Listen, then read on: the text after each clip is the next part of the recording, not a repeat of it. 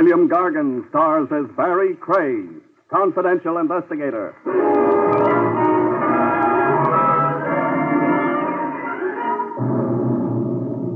One thing about a corpse you can be sure, folks. Everybody's always trying to palm it off on the next guy.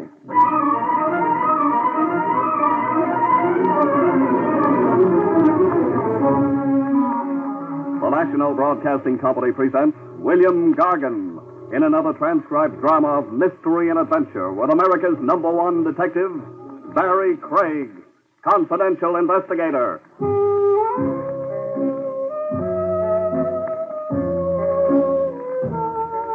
Barrie Craig speaking. A wise man once said a good detective's brain is in his feet. I guess he meant footwork solves more crimes than brain work. Oh, mister, my aching metatarsal. In my business, you rest your feet every chance you get. Any raised surface. Desk, table, the friendly lap. Off go your shoes, and up go your feet. On this occasion, I had my feet high off the floor in a tavern. Downtown along Bail Bond Row, waiting for a bail bondsman named Soloway. Sam Soloway. We had a date set up. Soloway had poured his troubles out to me on the telephone. A Rogues Gallery pinup boy, Joey Florio, had skipped, leaving Soloway holding the bag for bail bond money. A cash loss big enough to give any bondsman heart failure. $50,000. My feet were asleep when Soloway finally showed. A sad-faced little guy who looked as if he'd like nothing better than a good cry. Mr. Craig? Soloway, pull up a chair. I kept you waiting. Through heartache, stardust, and melancholy baby. Huh? The juice box over there. It's been crying for half an hour. You look mopey, Sam. Mopey? Somebody should have strangled me before I became a bail bondsman. Craig, you've got to catch me a rat. Joey Florio? Joey Florio. He jumped bail, yes, but he's still here in New York. What makes you so sure? One thing, the police have every exit covered. Also, on the grapevine, I was tipped off that Florio stuck around to wind up his business. Close his horse parlors, collect all the cash he can, like a man going away for a long time. Going where? Europe, somewhere. He's going to catch a plane for Europe. Just like that, huh? A fugitive racketeer under indictment breezes into an airport all smiles and climbs aboard a plane. Oh, he has nerve, Joey Florio.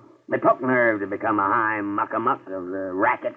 Exactly what do you want of me, Sam? Catch Joey Florio. I'll give you 10% of the bond money you saved me. You're a sucker for hiring me on the side. You've got the whole police department working for you, for free, gratis. I feel safer with one man working for $5,000. Just how do you expect me to cover the airports? I've only got 2 arms and legs. I'll hire people. Just show me an expense account. Cover the airports and then cover my funeral. Because if I lose $50,000 on account of a rat like Florio, I'm positively going to shoot myself through the head. Hear that song, Sam? Sad, huh? So what? It's my nickel. The song takes me back, Sam, way back.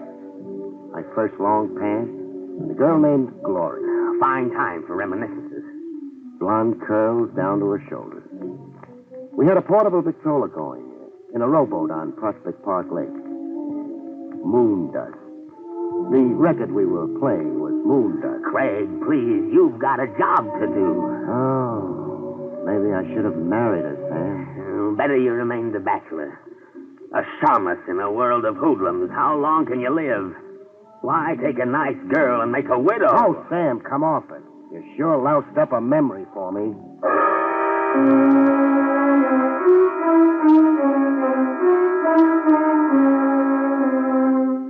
I covered the airports to keep Soloway, the bondsman, from attending his own funeral as threatened. I hired a half a dozen stooges for $10 a day and smoke.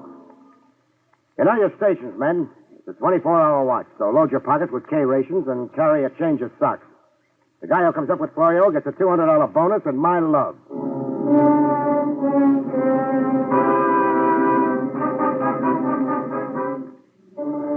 Chance in a million, but I kept it going for a week with as much action as an icebox salesman at the North Pole. Then I gave up.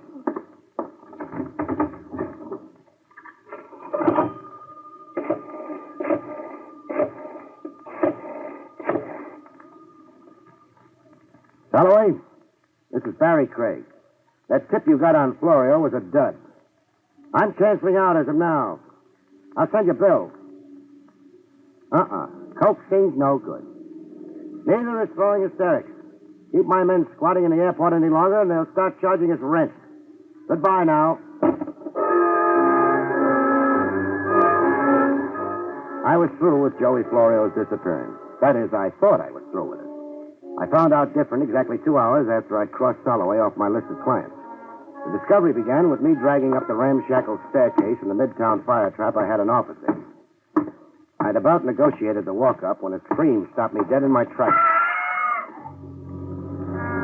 At the top of the landing, I got a look at the screamer. It was Parley, the old Polish cleaning lady, complete with mop and bucket, staring banjo-eyed at a corpse curled up at her feet. A corpse in a merchant marine getup. What I do? It took long minutes for Parley to find her voice. This man... This corpse. He come upstairs and knock at your door, Miss Craig. He knock once, twice. Then the other man... The killer. He sneak up behind And me. stabbed him. Which way did the knife go? Not down, not with me on the staircase. Up! He go up to the roof. Stick around, I'll be right back.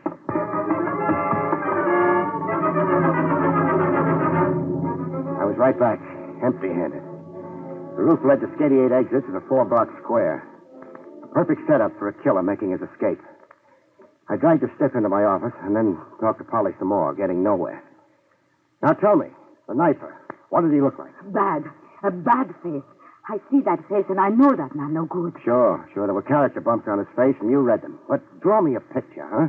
Height, build, how he was dressed, some identifying marks maybe. Oh, he's short, man. Yeah? And his hat pulled down over his face. I never forget. He stabbed the sailor, then he stabbed him again. And again, and then again, yeah. 4 separate wounds. I've counted them, but give me more description. He's short, man, and his hat over his eyes. I never forget. A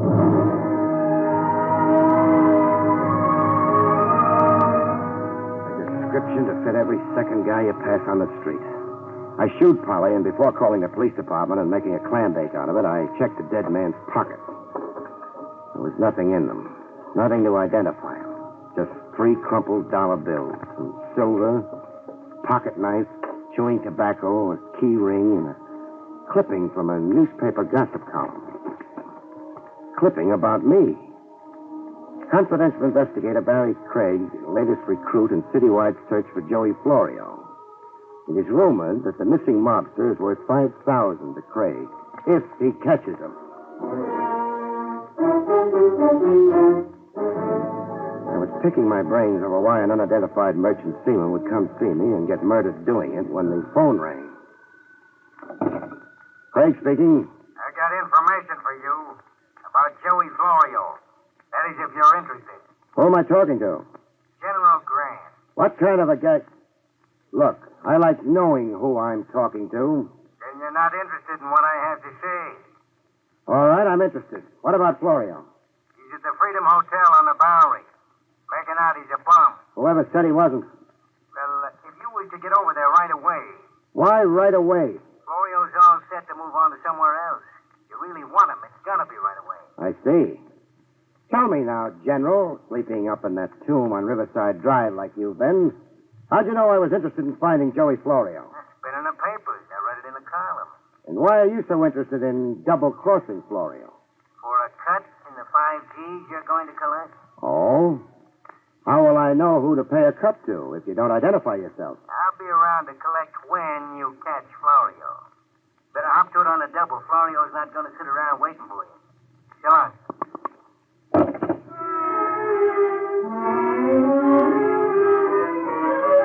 I didn't go for the phony tip on where to find Joey Florio right away yet.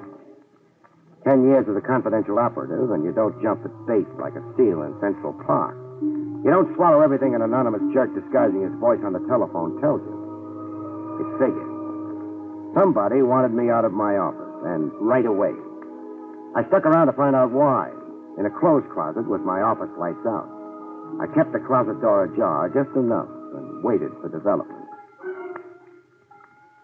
I didn't have to wait too long.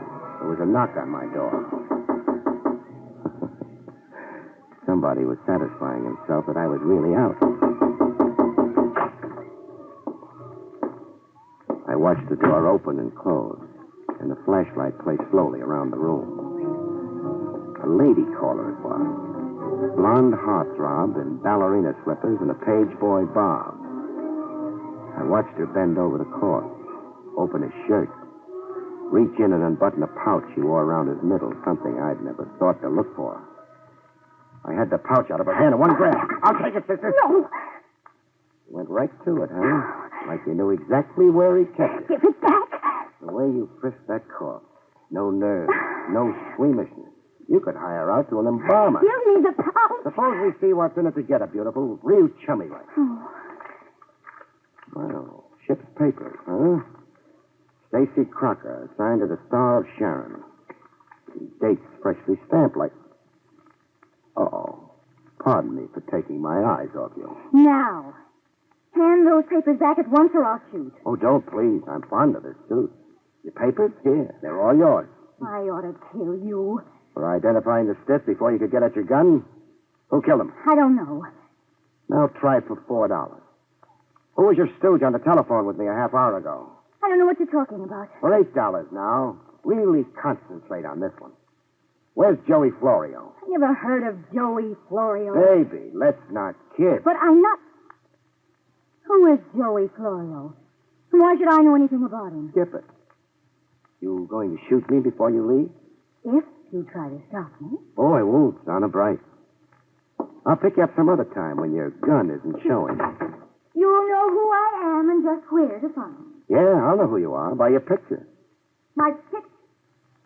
What picture? Joke. I'm only kidding. Goodbye now, beautiful. If you're going. But I wasn't kidding. Blondie'd had her picture taken the minute she'd come waltzing in the door. An electric eye camera tooled into the far wall and trained on the door. Open my door and get photographed.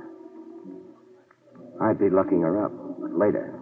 First, I wanted the corpse removed from my premises. A gift from me to the good police lieutenant, Trav Rogers.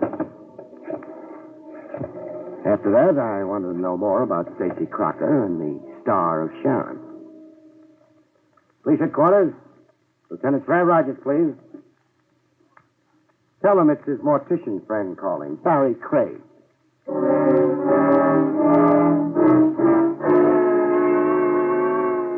My interview later aboard the Star of Sharon, anchored off Pier 20, was short and sweet.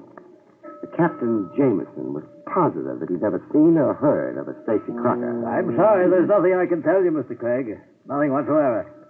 Stacy Crocker never shipped on the Star of Sharon, and to the best of my knowledge, was never assigned to this letter. But he had Star of Sharon papers on him, Captain. I saw them with my own eyes only an hour ago. Well, I can't answer for that, except that there's lots of bogus papers around. And lots of bogus talk. What? Lots of bogus talk. Why, you... Try throwing me over the side, and we'll both play pollywog in a drink. Thanks for nothing, Captain. Leaving the Star of Sharon on my way to police headquarters, somebody decided it was time to discourage me a little. A high-powered rifle shot from somewhere in an empty row of dilapidated buildings along West Street. It breezed close enough to my skull to give me a head cold. I got moving on the double.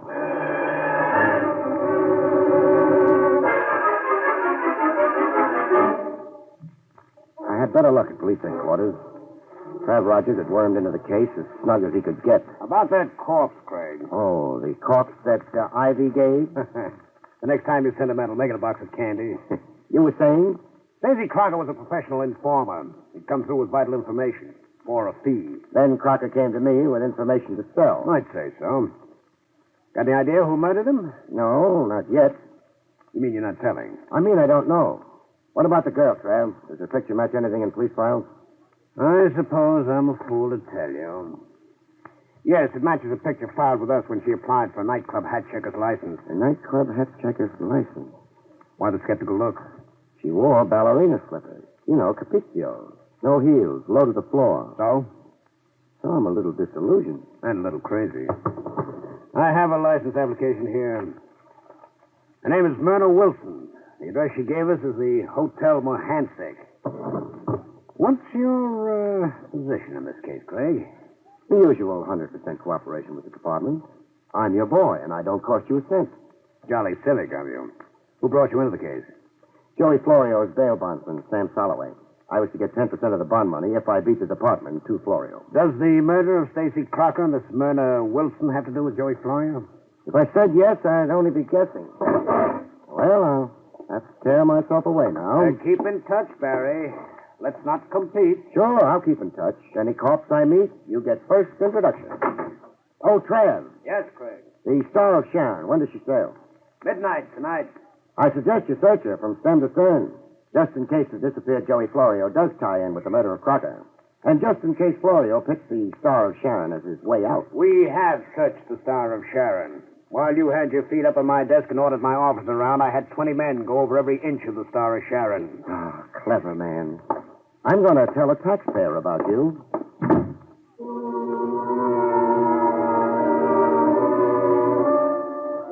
Blondie was next on the agenda. A residential dump, the Hotel Mohansick. A lobby full of nice old ladies clacking their dentures. A sedate room clerk tending strictly to business, the business of taking numbers bets. The dump reeked with refinement. If Blondie was surprised to see me, she didn't show it. As a matter of fact, it looked like she'd expected me and prepared for it. Soft lights and sweet music. There were hors d'oeuvres on a tray. Cordial glasses set around a colored decanter. And the smell of incense everywhere in the room. Is the party for me? If you want it to be, Barrie Craig. You're not surprised I came right to you? No. I knew you would somehow, sooner or later. You see, I made inquiries about you. Your reputation. What did my boosters say? That you're a bloodhound on the scent, that you get things done. My ears are blushing pink. What are you softening me up for? I need a friend. A boyfriend? A champion. How about a patsy? No, I wouldn't be fool enough to underestimate you like that. I'm in desperate trouble. You're not kidding. Let's get rid of the musical background, huh? That merchant seaman was very, very dead. I had nothing to do with his murder, I swear. You tried to prevent my identifying him. Yes, but only that. Why only that? Stacy Crocker was an informer. He'd gone to your office to disclose certain confidential information. I already know that. Confidential information involving me. Involving you in what? Robbery. I used my job as hat check girl to play lookout for jewels worn by wealthy patrons. Here, I'll show you. Where? Are they real? Very real. Rings, brooches, tiaras, loot. How did you manage to steal them after scouting them? You don't look like a society raffle to me. I had a partner. And the lucky sidekick? Tex Kirby. I'm telling you the truth, Mr. Craig. Barry. Barry, huh? We're really getting cozy now. But let's hear Kirby's version of it. Here's Kirby's version, but how... But where is Kirby? Watch how I materialize people, beautiful. Okay, Kirby, you can come out of the kitchen now and join the party. You're smart, Craig. I learned to add 2 and 2 a long time ago in night school. I figured Blondie would have a chaperone hidden somewhere in the woodwork when a great lover boy like me came calling. I asked Kirby to be here in case you insisted on questioning him. Sure. Okay, I'm insisting. What about these jewels, Kirby? They're like Myrna told you. Me and her was working in together, stealing them. And you didn't kill Stacy Crocker? No.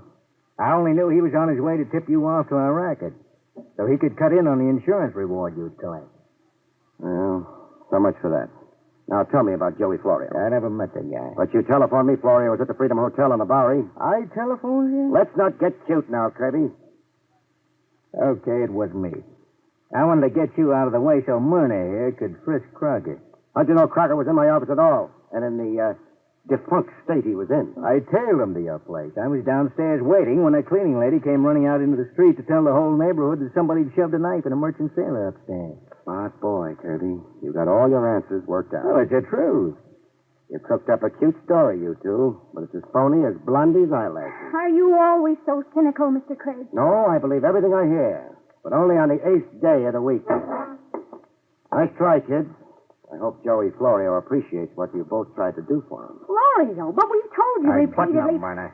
I told you there was no use coming clean with Craig. Clean as last winter's unwashed socks.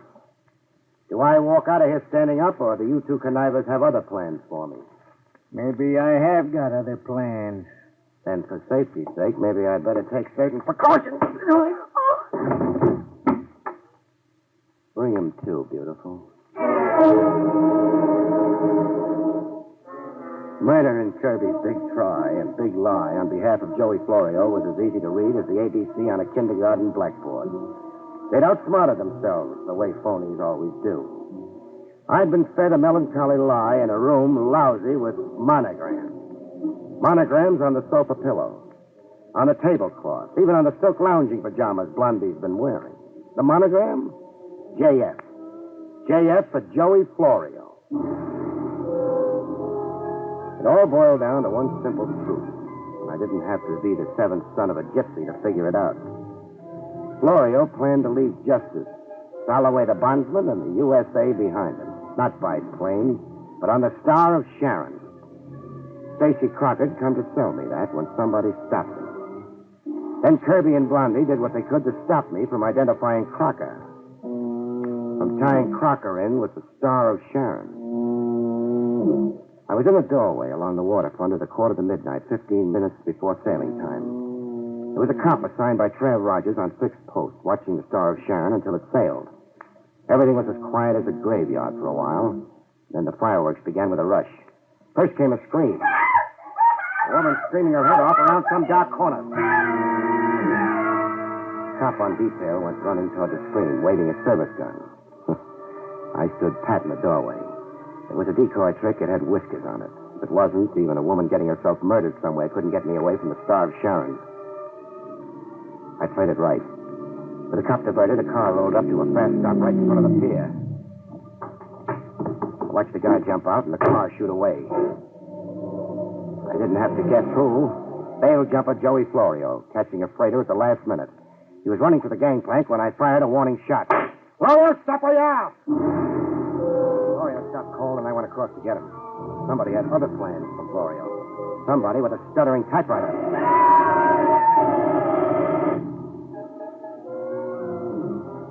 When I finally got over to Florio, he had more holes in him than a Swiss cheese.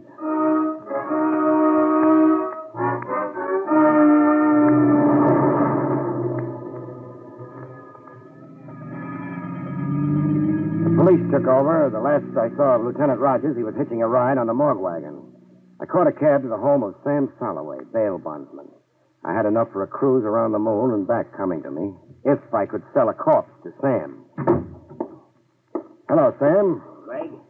This time of night? I never sleep. Too many guns going off. Still want Joey Florio? I still want my $50,000.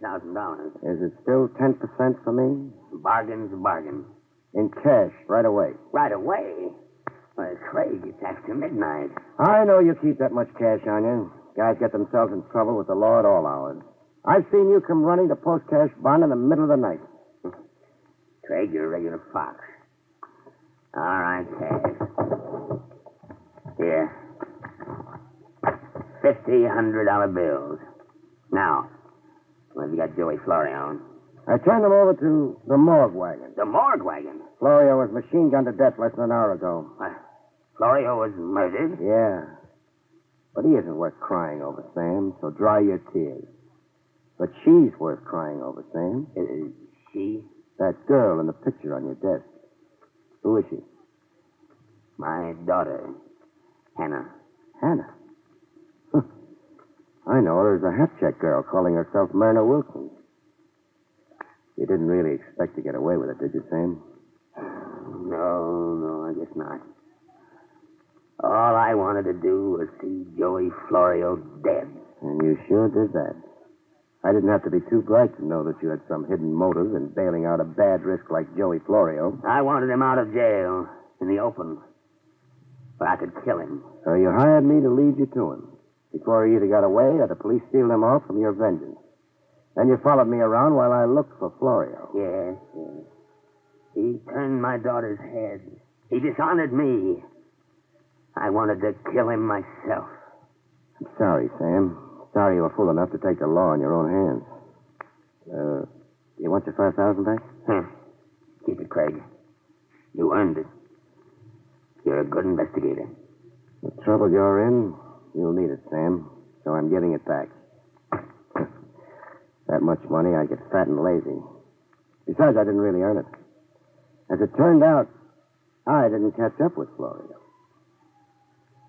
Get your hat, Sam. On our way to police headquarters, we'll hire you a good lawyer. Maybe it won't go too hard on you for exterminating a rat.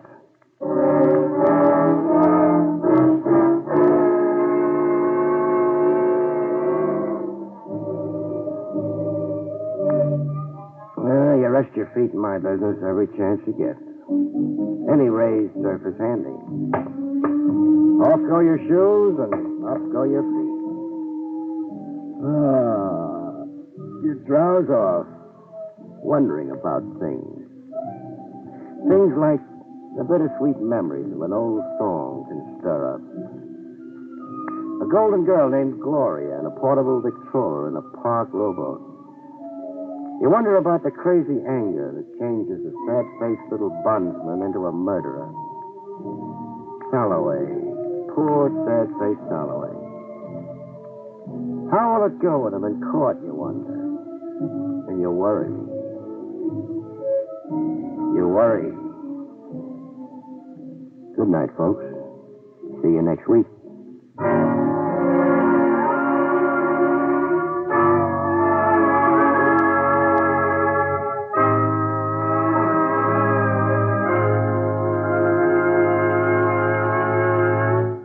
You have been listening to William Gargan in another exciting transcribed mystery drama from the adventures of Barrie Craig, confidential investigator. Tonight's story, Corpse on Delivery, was written by John Robert. Next week, it's the strange story of the borrowed knife, about which Barrie Craig has this to say. One thing about marriage, folks. Many are made in heaven, but there are others that are unmade by the forced application of the vow, unto death do us part. See you next week, folks.